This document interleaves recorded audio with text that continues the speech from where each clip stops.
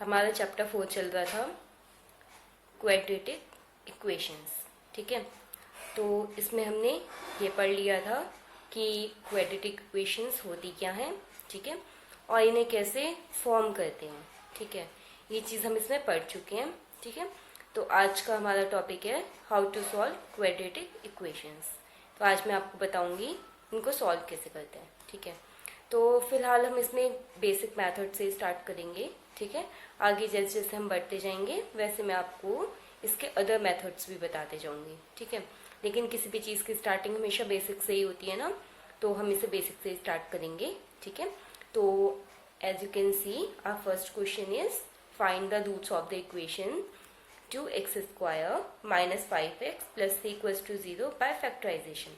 ठीक है, ये सबसे ज़्यादा बेसिक मेथड होता है क्वाड्रेटिक इक्वेशंस को सॉल्व करने का, फैक्टराइजेशन। ठीक है, ये मेथड आप प्रीवियस क्लासेस में भी वैसे पढ़ चुके हैं। ठीक है, लेकिन मैंने ऑब्जर्व किया है कि बहुत सारे स्टूडेंट्स 10th वालों को भी ये मेथड नहीं आता है। ठीक है, कई बार एग्जाम में और कोई फॉर्मूलाज आप भूल जाते हैं तो आपको काम ये बेसिक मेथड्स ही आते हैं। ठीक है, तो आपको ये भी पता होनी चाहिए, बहुत ज़रूरी है। ठीक है, ध्यान से देखेंगे इसे। क्वेश्चन है 2x² - 5x + 3 = 0। ठीक है, तो इसमें आपको करना क्या होता है, इस मेथड में आप ना ये वाला यहाँ पे जो कांस्टेंट डिजिट होता है और x² का जो कोफिशिएंट होता है, इन दोनों को प्रोडक्ट करते हैं। 3 × 2 = 6। आप इसके फैक्टर करते हैं। ठीक है, फैक्टर भी 2 और 3 ही आए। ठीक है, अब आप इनके फैक्टर करके उसे इस फॉर्म में ऐसे अरेंज करते हैं कि उन्हें ऐड या सब्ट्रैक्शन करने पर ये वाला डिजिट आए। ठीक है, और उनका प्रोडक्ट करने पर प्रोडक्ट ऑफ दीज डिजिट्स आए। ठीक है, और अगर यहाँ पर 1 है तो प्रोडक्ट करने पर यहाँ वाला कांस्टेंट डिजिट आए। ठीक है, इस तरीके से इनको आपको अरेंज करना होता है। ठीक है, तो ये क्वेश्चन तो आपका बहुत इजी है, यहाँ पे क्लियरली दिख रहा है आपका हो जाएगा 2x²। आप यहाँ पे अगर कर दो -2x - 3x, यानी -3 × -2 प्लस का 6 आपको चाहिए, राइट। -2 - 3 - 5।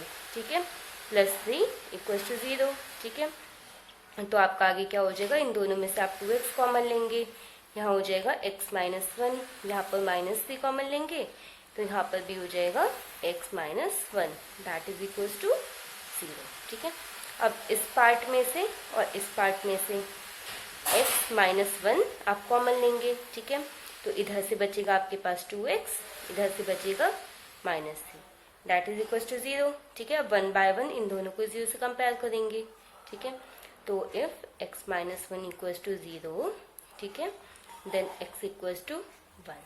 ठीक है, and when 2x - 3 = 0, then x = 3/2। ये दो वैल्यूज आपके आ गए। These are the roots of this equation. ठीक है, समझ में आ गया सब बच्चों को। ठीक है, तो अब इसमें आपको मैं एक बार और दोबारा से एक्सप्लेन कर दूं। जैसे आपका कोई क्वेश्चन होता है तो आपको कांस्टेंट और x² का जो कोफिशिएंट होता है उन दोनों को प्रोडक्ट करके, और अगर यहाँ पर 1 है तो सिर्फ इस डिजिट का इसको फैक्टराइज करना होता है। उन फैक्टर्स को आपको ऐसे अरेंज करना होता है कि उनका प्रोडक्ट इन दोनों के प्रोडक्ट के इक्वल हो और उनका एडिशन सब्ट्रैक्शन इसके इक्वल हो। ठीक, तो अब आप इस पे सेकेंड क्वेश्चन देखेंगे। ठीक है, our second question is 6x² - x - 2 = 0। ठीक है, तो अब यहाँ पे 6 × 2 = 12। ठीक है, आपको 12 के फैक्टर्स करने हैं। 2 × 6 = 12, तो 2 × 3 = 6, 3 × 1 = 3। ठीक है, तो अब आप इनको कैसे अरेंज करेंगे कि आपको -12 मिल जाए। ठीक है, अगर आप इससे 4 और 3 फैक्टर कर लें, 2 × 2 = 4 और 3। ठीक है, अब आप -4 और +3 ले लें। ठीक है, 4 × 3 = -12 एंड -4 + 3 -1। ठीक है, आपको मिल जाएगा, यानी कि -4x + 3x। ये इसके फैक्टर हो गए।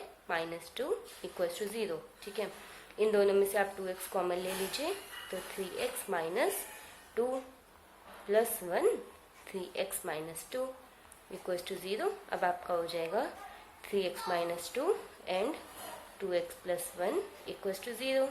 ठीक है, अब रूट्स फाइंड करने हैं, तो 3x - 2 = 0, देन x = 2/3। ठीक है, and when 2x plus 1 equal to 0, then x equal to -1/2। ठीक है, ये दो आपके इसके रूट्स आ गए, -1/2 एंड 2/3। ठीक है, समझ में आ गया सबको। ठीक है, तो मैं आपको एक और एग्जाम्पल बता देती हूँ उसके बेसिस पे, देखिएगा आप लोग। ठीक है, नेक्स्ट क्वेश्चन नंबर 3। ठीक है, ये हमारा क्वेश्चन क्या है।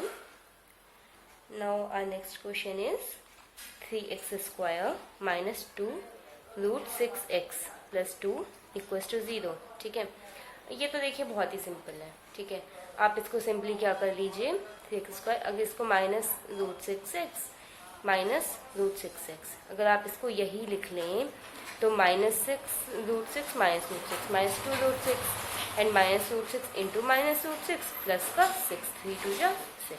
ठीक है, तो बहुत बेसिक क्वेश्चन था।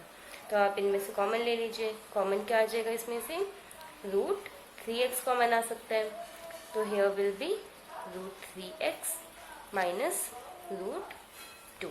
ठीक है, ये बचेगा यहाँ पर, और यहाँ से आप कॉमन लीजिए, यहाँ से क्या कॉमन आ सकता है, √2 कॉमन आ जाएगा यहाँ से। ठीक है, तो इधर बचेगा √3x माइनस √2 इक्वल टू 0, तो हो जाएगा √3x माइनस √2। ठीक है, √3x माइनस √2 इक्वल टू 0। ठीक है, अब इसके रूट्स क्या हो जाएंगे आपके, एक ये देखिए आपके पास तो सेम टू सेम है, किसी भी एक को आप कंपेयर कर दीजिए 0 से। ठीक है, तो x विल बी √2/3। ठीक है, फर्स्ट रूट भी यही एंड सेकेंड रूट भी यही होगा। ठीक है, दोनों रूट सेम रूट होंगे। ठीक है, तो अभी हम ना अपने आगे की क्लासेस में इसके अदर मेथड भी पढ़ेंगे, प्लस हम ये भी पढ़ेंगे कि अगर सेम रूट है तो क्या होगा। इस टाइप के केसेस जो होते हैं ना, 3 केसेस, कि no root and same and real root, imaginary root, ये सब चीज़ें जो होती हैं, ये हम अपने आगे के फर्दर क्लासेस में पढ़ेंगे। ठीक है, तो आप इस मेथड की प्रैक्टिस कीजिए, फैक्टराइजेशन मेथड की। ठीक है, मैंने आपको 2-3 क्वेश्चन बता दिए हैं। ठीक है, तो इसकी प्रैक्टिस कीजिए आप, कोई प्रॉब्लम हो तो पूछिए। वैसे मैं आपको एक और क्वेश्चन बता देती हूँ, आप एक और चलिए लास्ट क्वेश्चन देख लीजिए। ठीक है, our question is 2x² minus plus x minus 300 equal to 0। ठीक है, तब आपको इसमें क्या करना है, 300 इंटू 2 600, 600 के फैक्टर करेंगे आप। ठीक है, तो 2 3 जा 6, 2 1 जा 5 जा 0। ठीक है, अब 2 से 75, 3 से 25, 5 से 5 जा 5 से 1 जा। ठीक है, तो ये हो जाएगा आपका 2 2 जा 4, 2 जा 6, 3 जा 24, 5 5 जा 25। तो अगर आप इन दोनों को प्रोडक्ट करेंगे तो ऑब्वियसली ये मिलेगा, और यहाँ पर 1 चाहिए इसलिए मैंने इसको ऐसा लिया है। ठीक है, 25 माइनस 24 1 हो जाएगा, तो हो जाएगा आपका 2x²। ठीक है, माइनस 24x प्लस 25x, चाहे इसको पहले लीजिए इसको बाद में लीजिए, इससे कोई फर्क नहीं पड़ रहा। ठीक है, आंसर आपका तब भी वही आना है। ठीक है, तो इसमें 2x कॉमन ले लीजिए, x माइनस 12। ठीक है, अब यहाँ से क्या कॉमन आ जाएगा आपका, 25x माइनस 300 में से 25 कॉमन आ जाएगा आई थिंक। ठीक है, तो x माइनस 1 50, 25 2 जा 50। ठीक है, तो x माइनस 12। ठीक है, 2x प्लस 25, यानी कि रूट क्या होंगे, एक तो x minus 12 equals to 0, x equals to 12। ठीक है, and second 2x plus 25 equals to 0, x equals to -25/2। ठीक है, ये तो इमेजिनरी वैल्यू है, ये तो आप नहीं लेंगे, इस वैल्यू का बहुत ज़्यादा कोई रोल होता नहीं है।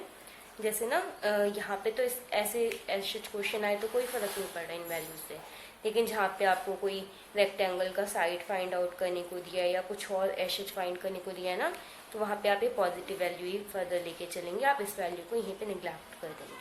ठीक है, समझ में आया सबको। ठीक है, 1 2 3 4 क्वेश्चन मैंने आपको बता दिए, आप इन क्वेश्चन की प्रैक्टिस कीजिए। ठीक है, तो हम अपनी नेक्स्ट क्लास में मिलेंगे। Okay, thank you class.